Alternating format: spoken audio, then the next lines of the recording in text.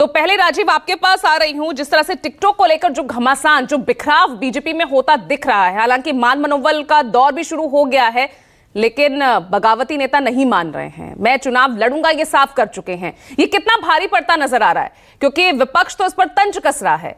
लेकिन दूसरी तरफ मैं कांग्रेस की स्थिति भी समझना चाहूंगी, क्योंकि अब तक उनकी कोई भी लिस्ट जारी नहीं की गई है। सीसी की भी मीटिंग हो गई है, लगातार स्क्रीनिंग कमेटी की बैठकें हो रही हैं। तो क्या जो टिकट बंटवारे का संकट, उसके बाद जो असंतोष बीजेपी में खड़ा हुआ है, कहीं ना कहीं यही डर कांग्रेस को सता रहा है? और गठबंधन को लेकर तो कवायद हम देख ही रहे हैं।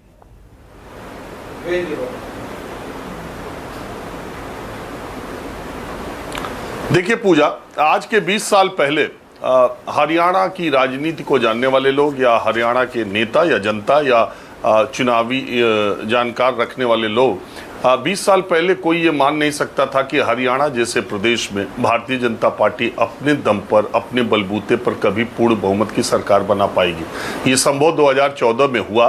2019 में ग्राफ गिरा, लेकिन इतनी सीटें उनको मिली कि जेजेपी के साथ उन्होंने समझौता किया।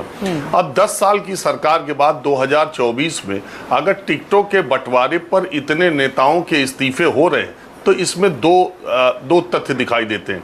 पहली बात तो ये कि कांग्रेस पार्टी या दूसरे लोग जो ये कह रहे हैं कि बीजेपी की बहुत एंटी इनकम्बेंसी जमीन पर दिखाई दे रही है, तो बावजूद इसके बीजेपी के टिकटों के लिए इतनी मारामारी क्यों है?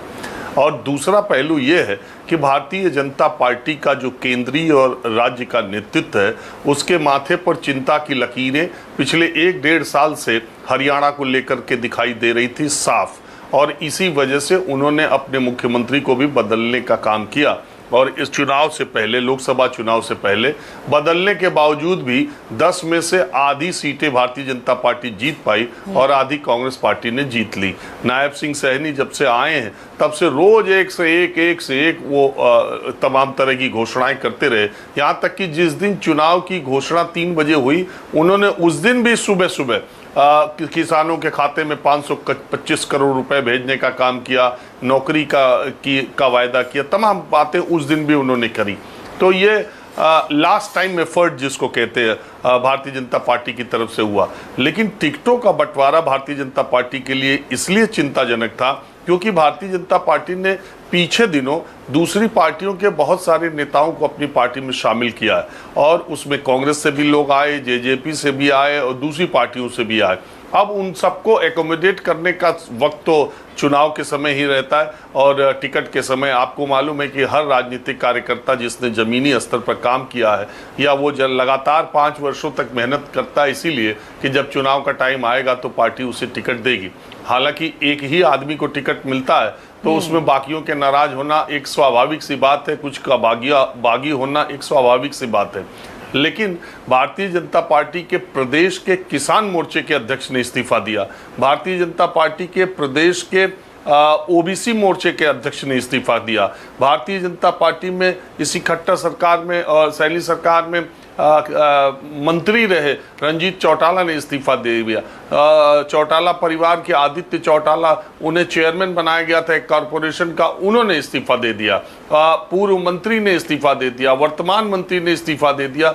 यहाँ तक कि तोशाम सीट, जहाँ से श्रुति चौधरी जो बंसीलाल की पारिवारिक सीट है, और पिछले मुझे लगता है 66 में हरियाणा बना था और 70 साल हो रहे, 50 साल 60 साल हो रहे हैं, उसमें एक आध बार 2 बार मेरे याददाश्त में ऐसा लगता है कि बंसीलाल का परिवार उस सीट से चुनाव नहीं जीता है, नहीं तो वही परिवार की सीट रही है। वहाँ पर जो भारतीय जनता पार्टी के नेता थे, वो लगातार पिछले 5 वर्षों से किरण चौधरी के खिलाफ माहौल बनाने में लगे थे। उन्हें उम्मीद थी टिकट मिलेगा, पता चला कि किरण चौधरी बीजेपी में आ गई, उन्हीं की बेटी श्रुति चौधरी को तो शाम से टिकट मिल गया। ऐसी बहुत सारी सीटें हैं। तो ये जो बीजेपी के कार्यकर्ता पिछले 10 वर्षों में खड़े हुए थे सरकार में आने के बाद, उनकी जो मंशा थी कि उनको पार्टी से अब उनके परिश्रम का फल मिलेगा। जिन्होंने बीजेपी पिछले 10 वर्षों में ज्वाइन की या 10 वर्षों में, और बीजेपी ने बाहर से आए लोगों को, दूसरी पार्टी से आए लोगों को ज़्यादा तवज्जो दी, या एक ही आदमी को टिकट देना उनके समीकरण के हिसाब से जैसा सेट बैठा, तो ये बगावत देखने को मिल रही है। अभी मैं हरियाणा रोज जाता रहता हूँ, पूजा, मुझे हर तरफ से फोन आते रहते हैं कि वो बीजेपी छोड़ रहे हैं, वो रैली कर रहे हैं, आज उनकी बगावत है, आज उनकी बगावत है। अभी गुड़गांव में मैंने परसों ही आपको दिखाया था। देखिए, भारतीय जनता पार्टी में लोकसभा चुनाव नतीजों के बाद भी ये बड़ा चेंज है कि नरबीर सिंह ने मंच से रैली करके ये कहा कि अगर बीजेपी ने मुझे टिकट नहीं दिया तो मैं कांग्रेस से चुनाव लड़ जाऊंगा। और उसके बाद अमित शाह से वो मिलने जाते हैं गुलदस्ता लेके, और उनका पहली लिस्ट में नाम आ जाता है। तो अब इस तरह से भी बीजेपी में टिकट लिया जा सकता है। और हरियाणा में ऐसे बहुत सारे लोगों ने अपना दमखम दिखाने का काम किया, और नामांकन खत्म होने से पहले बीजेपी के कई बागी जमीन पर अपनी ताकत दिखाने का, शक्ति प्रदर्शन करने की तैयारी कर रहे हैं कि शायद उनके इस प्रदर्शन की वजह से केंद्रीय नेतृत्व या राजनीतित्व टिकट बदल दे और उन्हें टिकट मिल जाए। ये तो बीजेपी में चल रहा है। कांग्रेस पार्टी का मामला और पेचीदा है, क्योंकि बीजेपी की तरफ से कौन लोग दावेदार थे इसका पता सार्वजनिक तौर पे तो नहीं है।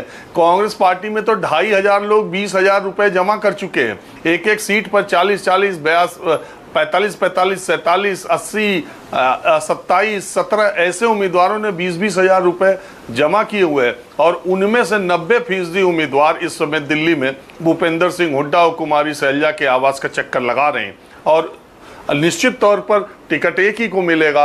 90 टिकट मिलेंगे, 2460 लोगों को, 2400 लोगों को टिकट तो नहीं मिलेंगे। अब वो 2400 लोगों में से अगर 90 या 200 भी चुनाव लड़ गए अलग अलग सीटों से, तो सारा कांग्रेस का जो गणित है वो धरा का धरा रह जाएगा। तो अभी कांग्रेस, जो मुझे जितनी जानकारी है, कांग्रेस पार्टी 1-2 दिन में उसकी कोशिश है कि सीटिंग जो एमएलएज हैं और उनके जो बड़े नेता हैं, जो चर्चित चेहरे हैं, जो टिकट कंफर्म्ड है कि किसको मिलेगा, वो लिस्ट वो जारी करेंगे। और बाकी लिस्ट जिससे विवाद बड़ा हो वो नामांकन के आखिरी दिन यानी 12 तारीख को है, तो वो 10-11 को करेंगे, ताकि ज़्यादा से ज़्यादा बागी पर्चा दाखिला न कर सके, उन्हें समय न मिल सके।